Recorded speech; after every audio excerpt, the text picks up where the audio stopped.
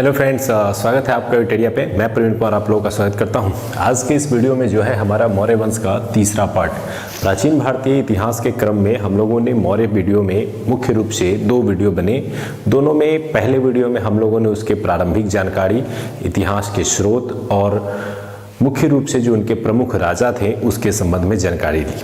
दूसरे वीडियो में हम लोगों ने प्रशासन, समाज, अर्थव्यवस्था की जानकारी ली। ये तीसरा वीडियो है जिसमें हम लोग मौर्य के कला से संबंधित तथा अशोक के धर्म से संबंधित जानकारी एकत्रित करेंगे। वर्तमान परिस्थितियों में इस चैप्टर से भी बहुत सारे प्रश्न पूछे जाते हैं, तो इसीलिए ये इम्पोर्टेंट पॉइंट है। इसमें से बहुत सारे ऐसे प्रश्न जिक्र करूंगा मैं जो अलग अलग एग्जाम में पूछे गए हैं। तो चलिए दोस्तों शुरू करते हैं इस वीडियो को, जो है मौर्य वंश का तीसरा वीडियो। इसके अलावा जो दो वीडियो अपलोडेड है उसके लिंक आपको डिस्क्रिप्शन में दे दिए जाएंगे, वहां से आप देख सकते हैं। तो अब बात करते हैं मौर्य कला। तो सबसे पहले कला क्या होता है इसको समझते हैं। वैसे कलाकृतियाँ जो मानव द्वारा किसी भी रूप में विकसित किए जाते हैं वह कला की श्रेणी में आते हैं। चाहे वो भवन बनाना हो, चाहे वो संगीत कला हो, चाहे वो किसी भी प्रकार के अन्य कलाओं से जुड़े हुए हो, यह दो स्तरों पर विकसित होते हैं। जब राजकाल का दौर था तो या तो राजा के स्तर से विकसित होते थे या उस राज में रहने वाले आम नागरिकों द्वारा विकसित किए जाते थे। तो इसी क्रम में जो मौर्य काल था वहाँ पे दोनों ही स्तर पे कला का विकास शुरू हो गया था। यहाँ सबसे ज़्यादा जरूरी जो जानने की बात है वो ये है कि सिंधु घाटी सभ्यता में कला के विभिन्न रूप देखने को मिलते हैं। जैसे बड़ी संख्या में वहाँ से जो है अलग अलग नगर प्राप्त हुए, जहाँ नगरीय संरचना देखने को मिलती है, पक्के ईंटों के मकान देखने को मिलते हैं, छोटे छोटे बड़े साइज की मूर्तियाँ देखने को मिलती हैं। तो ये कला का विकास जो है वो सिंधु घाटी सभ्यता के दौर से ही शुरू हुआ था।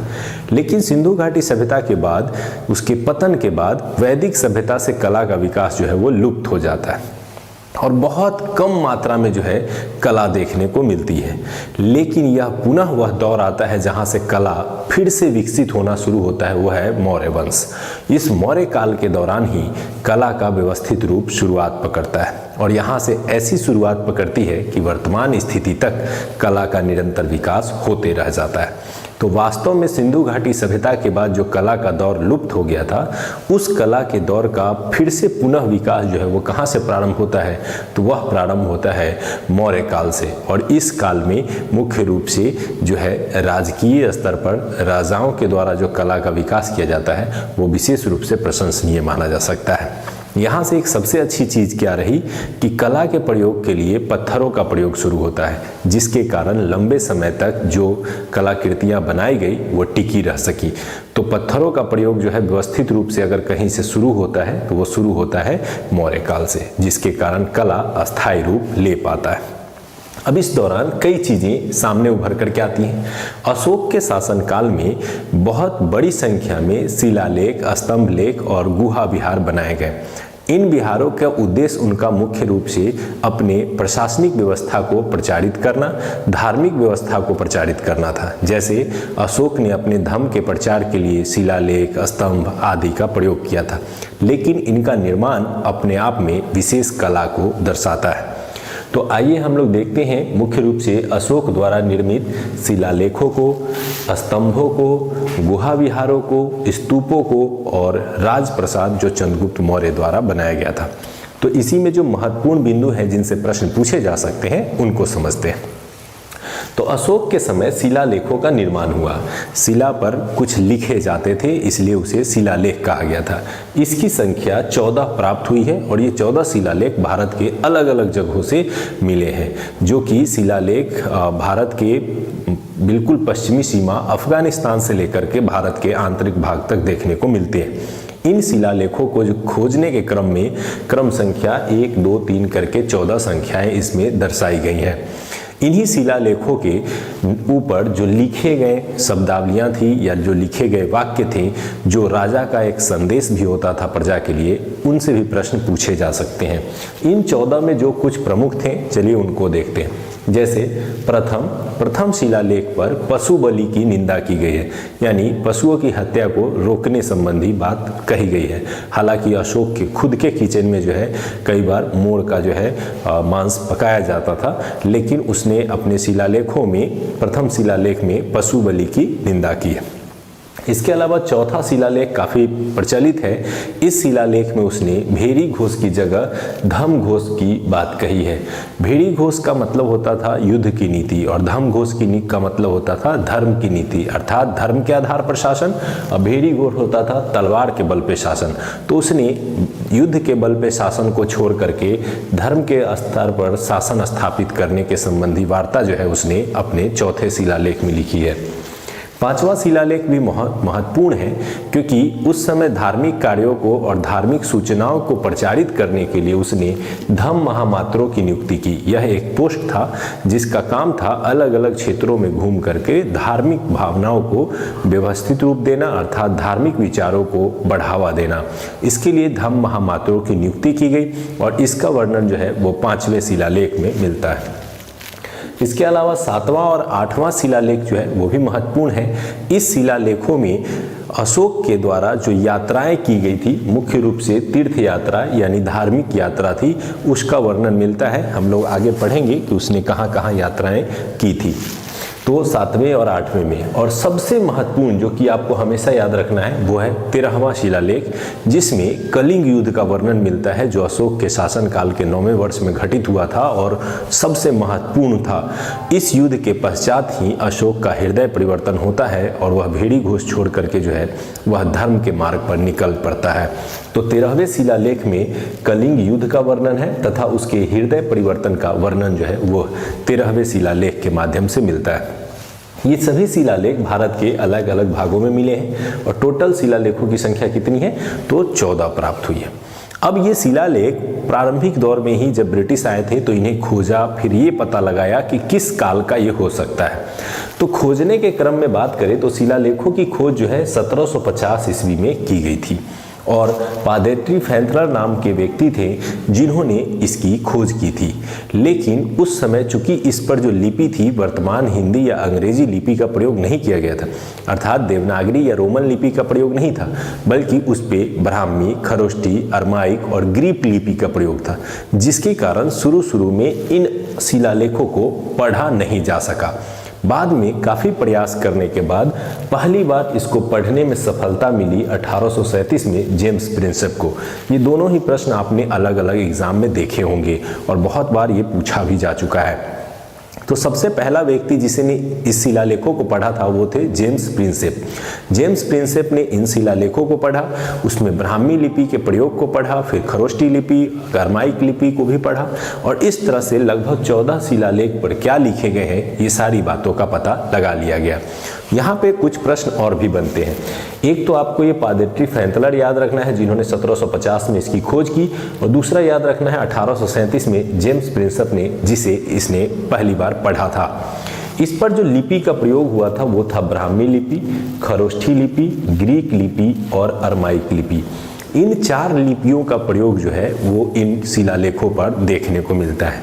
यहाँ से जो लिपियों से जुड़ा हुआ प्रश्न पूछा जाता है वो सबसे महत्वपूर्ण है। अब जैसे अगर आप भारत के मैप को देखेंगे तो ये जो अफगानिस्तान का क्षेत्र था, इन अफगानिस्तान के क्षेत्रों में ग्रीक और अरमाइक लिपि का प्रयोग मिलता है। चूंकि यह इस तरफ यूनान सभ्यता से जुड़ा हुआ था, इसी कारण से इन क्षेत्रों में जो लिपि है वो ग्रीक लिपि और अरमाइक लिपि का प्रयोग मिलता है। जो पाकिस्तान का क्षेत्र था और भारत का उत्तरी क्षेत्र था बिल्कुल, उन क्षेत्रों में खरोष्ठी लिपि का प्रयोग मिलता है। खरोष्ठी लिपि की सबसे महत्वपूर्ण विशेषता क्या थी कि ये दाईं ओर से बाईं ओर लिखा जाता था, जबकि ब्राह्मी लिपि की विशेषता थी कि बाईं ओर से दाईं ओर लिखी जाती थी। और यह इस बार के भी पीसीएस एग्जाम में आपको देखने को मिला कि ये प्रश्न पूछा गया था कि खरोष्ठी लिपि की जो लिपि थी उसको किस ओर से किस ओर लिखा जाता था। तो खरोष्ठी लिपि जो दाईं ओर से बाईं ओर लिखी जाती थी ये पाकिस्तान क्षेत्र में मिली है। और सबसे ज़्यादा क्षेत्र में या सबसे ज़्यादा कहले शिलालेखों पर किस लिपि का प्रयोग मिलता है, तो सबसे ज़्यादा जो प्रयोग मिलता है वो मिलता है ब्राह्मी लिपि का। भारत के अधिकांश क्षेत्रीय भाषाओं का विकास जो है वो ब्राह्मी लिपि के माध्यम से हुआ है और ये बाएं से दाएं लिखी जाती थी, जबकि खरोष्ठी लिपि दाएं से बाएं लिखी जाती थी। तो इस प्रकार से इन लिपियों का प्रयोग जो है इन शिलालेखों पर देखने को मिलता है और इनसे भी ऑब्जेक्टिव बनाए जाते हैं। कि अरमाइक लिपि का प्रयोग किस क्षेत्र में मिला है, खरोष्ठी का किस क्षेत्र में मिला है, सबसे ज़्यादा किसका मिला है, इस तरह के प्रश्न यहाँ से बना लिए जाते हैं। तो इन शिलालेखों के प्रयोग के माध्यम से अशोक राजा ने अपने संवाद को जनता के बीच पहुँचाने का प्रयास किया था। अब आते हैं स्तंभों की ओर। स्तंभ क्या होते थे? तो यह एक पिलर जैसे होते थे और इसके माध्यम से इस पर पशु की आकृति होती थी और इसके माध्यम से भी धार्मिक सूचनाएं या धार्मिक भावनाओं को प्रचारित करने का प्रयास किया जाता था। इनकी संख्या कितनी मिली है? तो इनकी संख्या मिली है 7। और इसमें जो प्रमुख अगर बात करें तो सबसे महत्वपूर्ण जो है वो है सारनाथ का स्तंभ, जो कि काफ़ी ज़्यादा महत्वपूर्ण है। इन 7 स्तंभों को 6 स्थानों से प्राप्त किया गया है। अधिकांश स्तंभ जो है वो बिहार से मिले हैं, जैसे लौरिया नंदनगढ़, रामपुरवा, लौरिया अरेराज के क्षेत्रों में ये स्तंभ पाए गए हैं। इन स्तंभों में सबसे ज़्यादा जो महत्वपूर्ण है वो सारनाथ का स्तंभ है, जहाँ से सबसे ज़्यादा प्रश्न पूछे जाने की संभावना बनती है। सारनाथ से प्राप्त स्तंभ की सबसे बड़ी विशेषता इस स्तंभ के ऊपर बना हुआ पशु आकृति है, जिसमें 4 तरफ से चारों शेर हैं। यहाँ से आपने पढ़ा होगा कि जो हमारा राष्ट्रीय चिन्ह है वो कहाँ से लिया गया है? तो सारनाथ स्तंभ के ऊपर बने हुए पशु आकृति से लिया गया है। आप उस चित्र को जब देखते हैं, हम अपने राष्ट्रीय चिन्ह को देखते हैं, तो हमेशा उसमें किसी भी एंगल से देखने से 3 ही शेर दिखाई देते हैं। यही कारण है कि कई बार प्रश्न पूछा जाता है कि राष्ट्रीय चिन्ह में कितने शेर होते हैं, और कई बार उत्तर हम लोग 3 दे देते हैं, जो कि बिल्कुल गलत है। हमारा जो राष्ट्रीय चिन्ह है वो वास्तव में सारनाथ स्तंभ के ऊपर बना हुआ वह शेर की आकृति है, जिसमें 4 शेर हैं।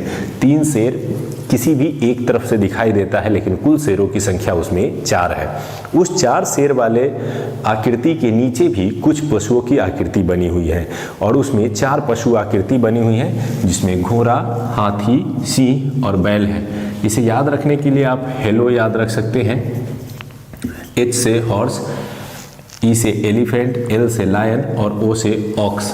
तो हेलो से याद रख सकते हैं कि घोड़ा, हाथी, सिंह और बैल, ये 4 पशु आकृतियां जो है वह सिंह की आकृति के नीचे बनाए गए हैं, और उनकी आकृति के नीचे सबसे नीचे है एक चक्र, जिसे हम लोग अशोक चक्र के रूप में जानते हैं, और यह 24 तिल्लियों वाला है। यह भी कई बार ऑब्जेक्टिव के रूप में पूछ दिया जाता है। तो ये सब नॉर्मल चीज़ें हैं जो आप पहले से भी जानते होंगे, तो इन्हें याद रखना है। तो स्तंभ के रूप में आपको ये देखने को मिलता है कि कुछ इस प्रकार की आकृति जो है वो स्तंभों की बनाई जाती थी। यहाँ पे उसको स्टैंड दिया जाता था, यहाँ पे पशु की आकृति बनाई जाती थी, और अलग अलग पशुओं की आकृति देखने को मिलती है। कहीं शेर तो कहीं बैल की आकृति भी इन पिलर पर देखने को मिलती है, जिसमें सबसे महत्वपूर्ण जो है वो है सारनाथ का स्तंभ, जिसमें राष्ट्रीय चिन्ह प्राप्त हुआ है। तो ये भी आप प्रश्न में यूज कर सकते हैं। इसके अलावा भारतीय राष्ट्रीय झंडे में जो चक्र प्राप्त हुआ है वह चक्र भी इसी स्तंभ से लिया गया है। तो अशोक के द्वारा कला विकास के क्रम में शिलालेखों का निर्माण हुआ, स्तंभों का निर्माण हुआ, कुछ गुहा विहार का तात्पर्य है गुफा से। जब पहाड़ों को काट करके गुफा का निर्माण किया जाता था तो उसे गुहा विहार के रूप में या गुहा लेख के रूप में जाना जाता है। यह एक पहाड़ को काट करके गुफा के रूप में बनाया जाता था, जो कई बार भिक्षुओं के निवास के लिए बनाया जाता था। इसकी परंपरा की शुरुआत जो है अशोक ने की। अशोक ने गया में स्थित बराबर की पहाड़ियाँ जो थी, बराबर की जो पहाड़ी थी उसको काट करके आजीवकों के लिए जो है उसमें निवास स्थान बनाया। आजीवक कौन थे? तो आजीवक एक संप्रदाय था जिसकी शुरुआत मौखलीपुत्र गोशाल ने की थी, और चूंकि अशोक के पिता जो बिंदुसार थे वो आजीवक संप्रदाय को मानते थे, यही कारण है कि अशोक ने अपने पिता के आजीवक संप्रदाय से जुड़े हुए अनुयायियों के रहने के लिए बराबर की गुफा में, जो गया में है, काट करके कई गुफाओं का निर्माण करवाया। आयताकार गुफाओं को चारों तरफ से पॉलिश किया जाता था और उसमें अच्छी व्यवस्था की जाती थी, ताकि वर्षा, पानी और किसी भी स्थिति में उसमें भिक्षुक निवास कर सके।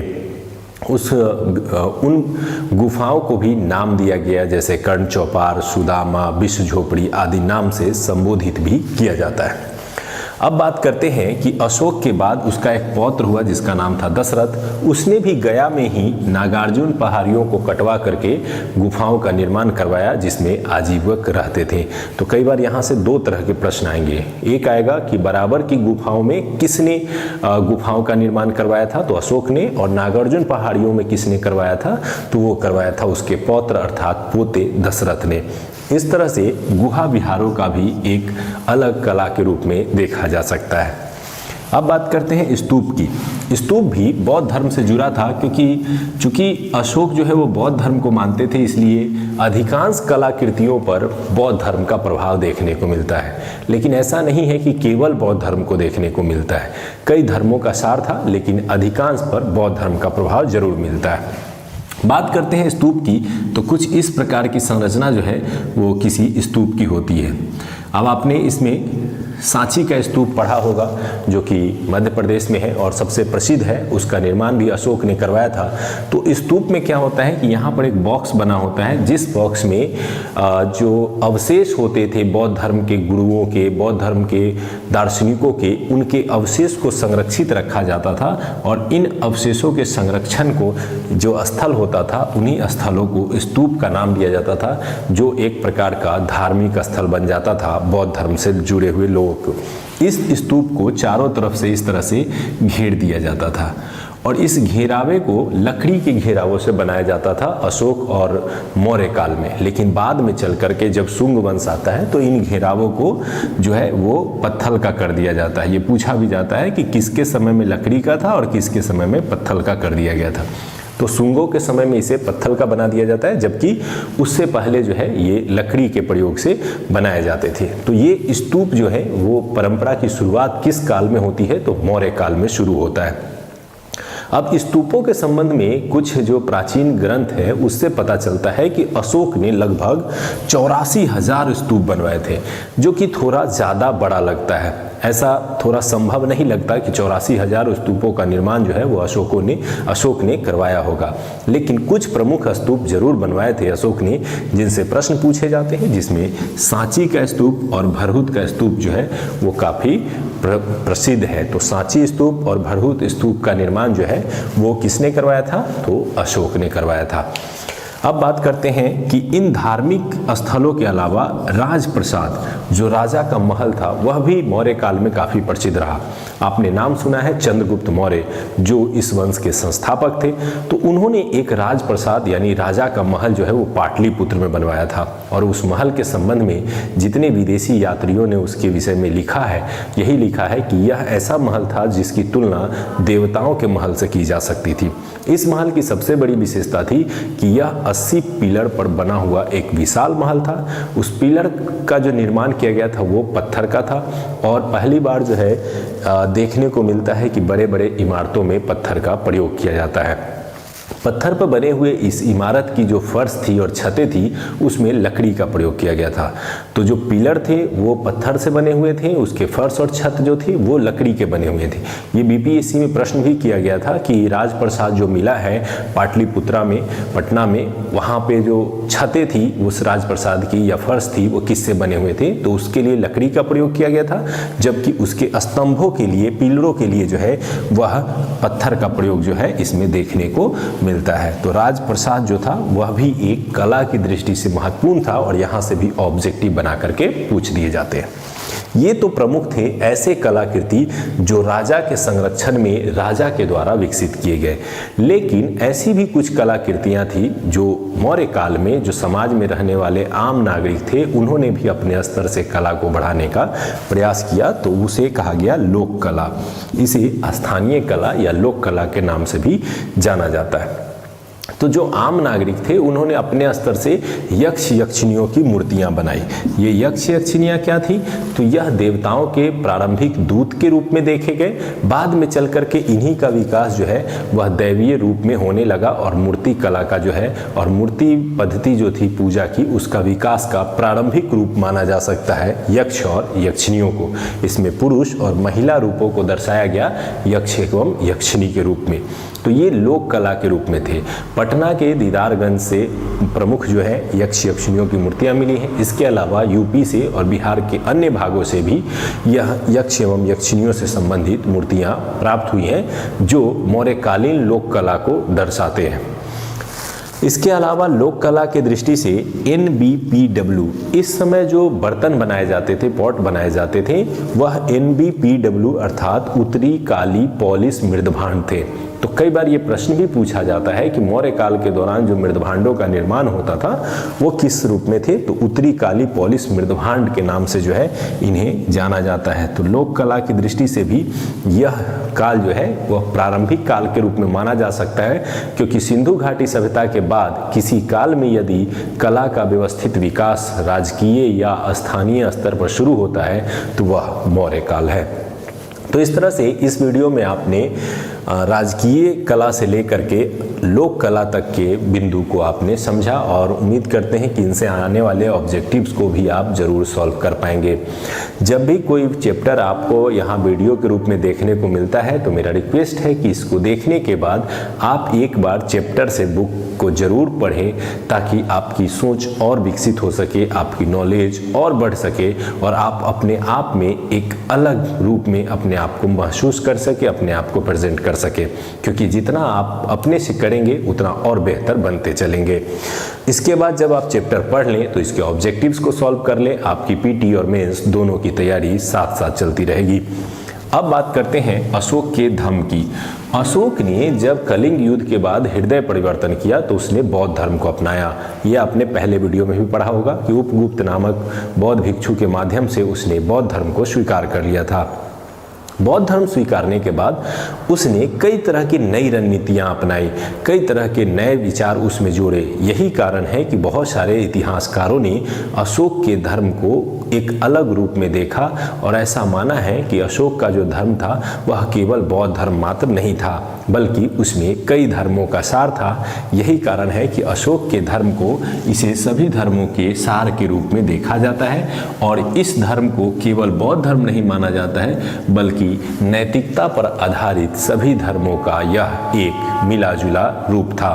तो इस प्रकार से अशोक का धर्म जो था वो नैतिकता आधारित एक धर्म था, जिसमें बौद्ध धर्म ही नहीं बल्कि उस समय के सभी धर्मों के प्रमुख बिंदुओं को शामिल किया गया था। अशोक ने इस धर्म के प्रचार के लिए कई कदम उठाए जिनसे प्रश्न बना करके पूछ लिए जाते हैं। आइए उन पॉइंट्स को देखते हैं कि अशोक ने धर्म प्रचार के लिए क्या क्या प्रयास किए। सबसे पहले जो ऑब्जेक्टिव के रूप में पूछा जाता है कि अशोक ने अपने पुत्र महेंद्र और पुत्री संघमित्रा को श्रीलंका भेजा था ताकि वो जा करके वहाँ पे बौद्ध धर्म का प्रचार कर सके।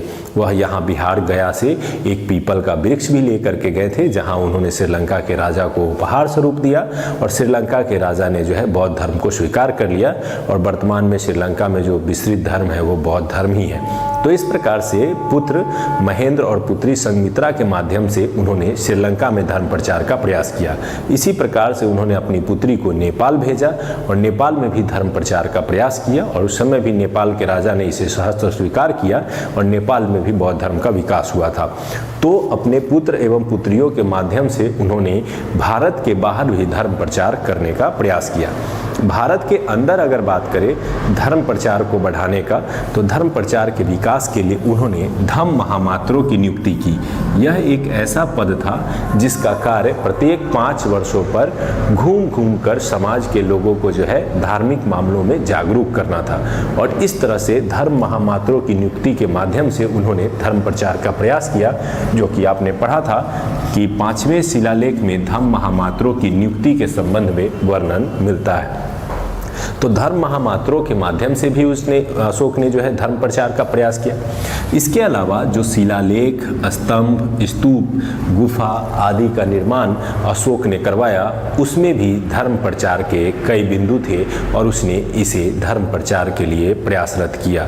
भारत में इस प्रकार के शिलालेख, स्तंभ, स्तूप आदि जैसी परंपरा को अपनाने वाला पहला शासक जो है वो अशोक ही बना था, जिसने इस तरह की व्यवस्था अपनाई थी, जिसके माध्यम से न केवल उसने प्रशासन को मजबूत बनाया, जनता में अपने संदेश पहुंचाए, बल्कि धार्मिक विचारों को भी बड़े स्तर पर जो है अपने साम्राज्य की सीमा तक इसको फैलाया था।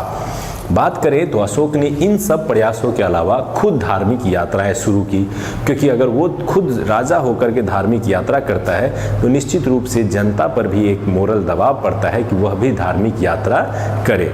ऐसे में धार्मिक यात्राओं के लिए उसने जो है प्रयास किए और कई धार्मिक जगहों पे वो गया। जैसे सबसे पहले उसने अपने धर्म की यात्रा की शुरुआत गया से की, जहाँ बोध गया, जहाँ पर गौतम बुद्ध को ज्ञान की प्राप्ति हुई थी।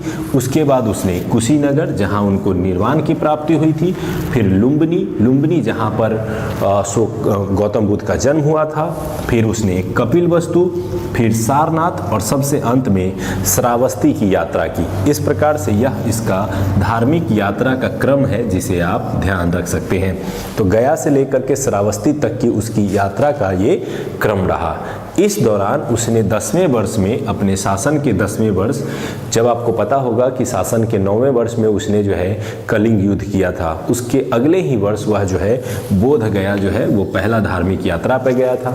और 20वें वर्ष में जो है, अपने शासन के 20वें वर्ष में रुमेनदेई, जो लुम्बिनी में पड़ता है जहाँ पे गौतम बुद्ध का जन्म हुआ था, वहाँ उसने यात्रा की। रुमेनदेई में एक अभिलेख भी है जो सबसे छोटा अभिलेख माना जाता है। वहाँ पर टैक्स को कम करने संबंधी जो है उस अभिलेख से प्रमाण मिलता है। ये भी कई बार एग्जाम में पूछा जाता है। तो इस प्रकार से उसने अलग अलग पद्धतियों द्वारा धर्म को प्रचारित करने का प्रयास किया। हालांकि वह काफ़ी हद तक इसमें सफल रहा, लेकिन इसके वंशज अधिक दिनों तक इस व्यवस्था को बनाए रखने में असफल रहे और मात्र 135 वर्षों के बाद ही यह मौर्य वंश भारत में समाप्त हो गया और छोटे छोटे वंशों का उदय होना शुरू हो गया। तो अगले वीडियो में हम लोग पढ़ेंगे मौर्य वंश के बाद की भारत की परिस्थितियां। तो उम्मीद करते हैं कि ये जो वीडियो था, जो मौर्य वंश के कला और अशोक के धर्म से संबंधित था, ये आपको समझ में आया होगा, पसंद आया होगा। इसे पेन डाउन भी करें, पढ़े भी, ऑब्जेक्टिव के रूप में बनाए भी, तब देखिए पढ़ने का असली मज़ा क्या है। तो धन्यवाद दोस्तों एडुटेरिया से जुड़ने के लिए और इतना सारा प्यार देने के लिए। Thank you.